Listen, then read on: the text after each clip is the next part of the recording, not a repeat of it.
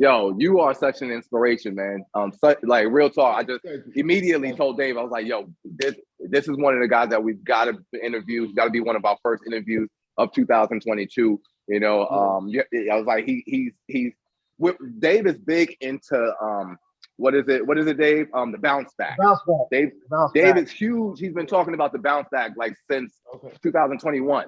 And when I see you, man, and I see you working out, and I see you with your daughter, I just see you being the man that you are. Of course, through IG, I'm just like, yo, this cat knows a lot about a bounce back, bro. This cat knows a lot about a bounce back. So also, no excuses. You know what I'm saying? You gotta let nothing hold you back. Hashtag. Man, that's what's up. We respect that. We respect that. We gonna get into that because that's what's that up. whole no excuses thing. Like, we'll get there. Don't worry about it. Absolutely. So all right. So Dave, we doing arms today, right? What we got? All right, man. So let's start off with the hammer. Let's start off with the hammer curls. All right. For you guys out there that don't know what we're talking about when we're talking about hammers. All right. This is what a hammer curl looks like. All right. So hammer curls normally, what you're trying to do, man, hammer curls kind of incorporates a little bit more of your forearms than your biceps, really, because you're holding the dumbbell in this position here. All right. You guys can see me pretty good? Yeah. Or do I need to readjust? You go. All right. So basically, man, a hammer curl is as simple as as I'm saying it. So curling up with your fist in this direction here. All right. You guys can see me? All right. Yeah. And you could alternate, or you could bring them both up at the same time, and that kind of increases the degree of difficulty. All right. So what we're gonna do is we're gonna do 3 sets of 10. All right, and we're gonna increase the weights. We're gonna increase the weights as we go along. And Dave? What's the rest of the circuit for the advanced folks? All right. So for the advanced folks, man, we're gonna just do normal dips, right, on the dip bar. Okay. And then also we're gonna do chin ups, but we're gonna concentrate on the eccentric. All right. We're gonna go slow on the eccentric. All right. What that looks like is this. So as you're pulling up, you're only gonna come so far, right? Because you try to isolate your biceps here, and then you're gonna come back slow. All right, you're gonna come up here, right? You're not going all the way up here, okay? Because you're using your back muscle. You're gonna come right here, and you're gonna feel this in your biceps. Trust me. And then you're gonna come back slow. Up right here, down slow. All right, simple as that. Chin up. You want to utilize the underhand grip. All right. All right, cool. Yo, Dave and Ree, it's y'all set. Yeah. I got something for y'all. All right, cool. All right, now. So like I was saying, man, immediately was attracted to Ree's energy and the bounce back, like no excuses, hashtag no excuses. A lot of us, we look for reasons to give up. We look for reasons not to be our best self, or we look for reasons to just, not try, man. So I was noticing Ree's form. I was noticing that he's working out, just kind of checking out his workouts. And I was like, I'm interested in this brother. So then I started checking out some of his other videos, and I also noticed that he called himself the cerebral assassin, right?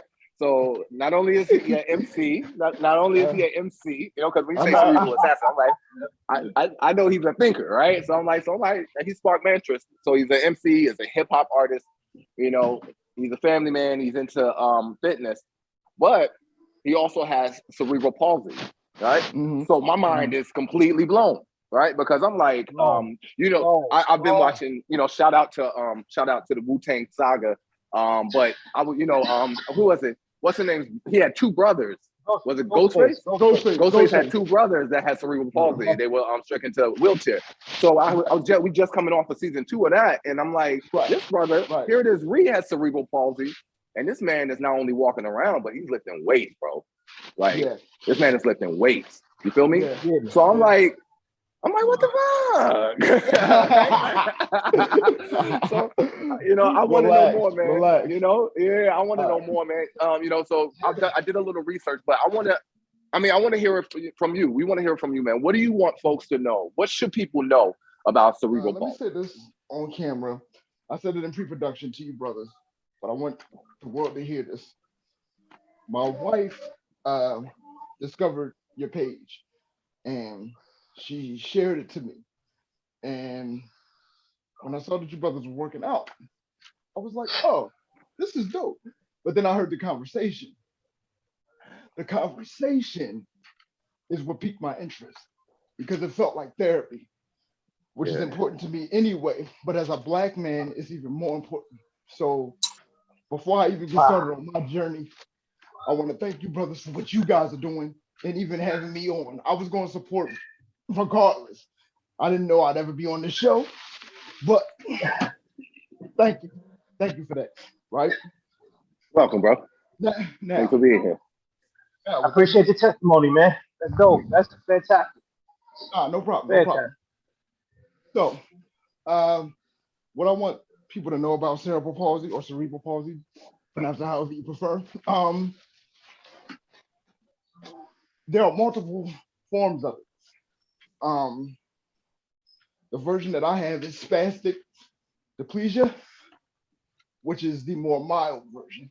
And I say mild loosely because you can't tell somebody who's dealing with it that it's mild. Right. But I do have the ability to walk. Some people who have the more severe versions of cerebral palsy, they don't have that. They don't have it. So it's almost like I don't want to compare it to cancer, but when you hear somebody who has cancer, there's levels to it. Everybody's cancer journey is different. My journey mainly is I deal with a lot of muscle tightness, which limits my ability to, move around, limits my mobility. And that's what started my workout journey.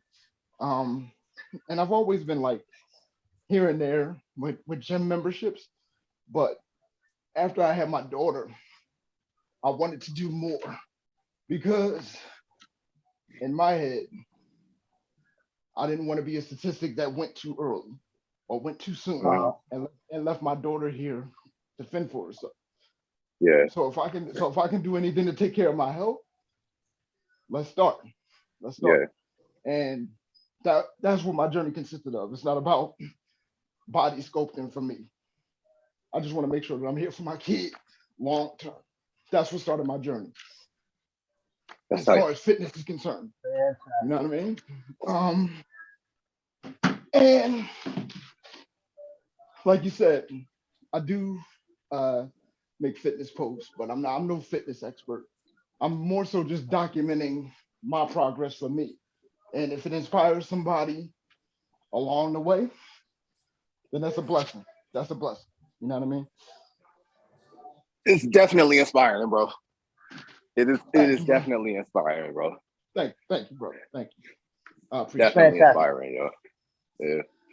I got a question on top of that though.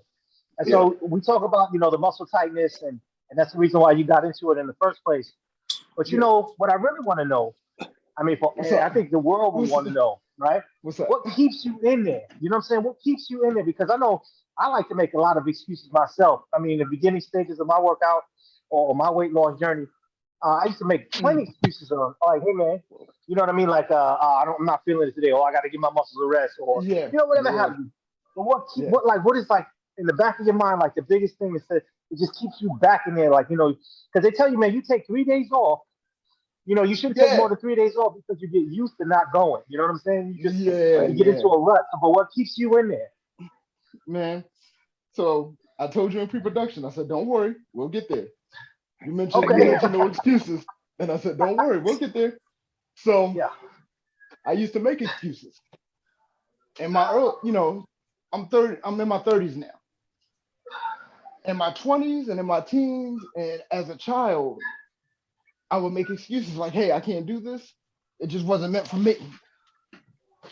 Wow. But after I got married, after I became a father, I said to myself, what if I could just push myself a little more? What if? And that man said, what if? Yeah, just what if? Like, let me just try. And I think for me, and this is just me being honest, for me, it was more so just trying to, how can I say it? Not that I was making excuses, but I was almost ashamed of the disability. So it was almost like a scared to try kind of thing. So once I was able to conquer that fear and, you know, just kind of put my best foot forward, it was like, you know what? I don't care how this might look to other people, how my journey might look to other people. I owe it to myself to try. I owe it to my daughter to try. I owe it to my wife to try. So that's what started my journey, and that's why I'm still at it. I don't want nothing. I don't want nothing that's under 100. I don't want nothing.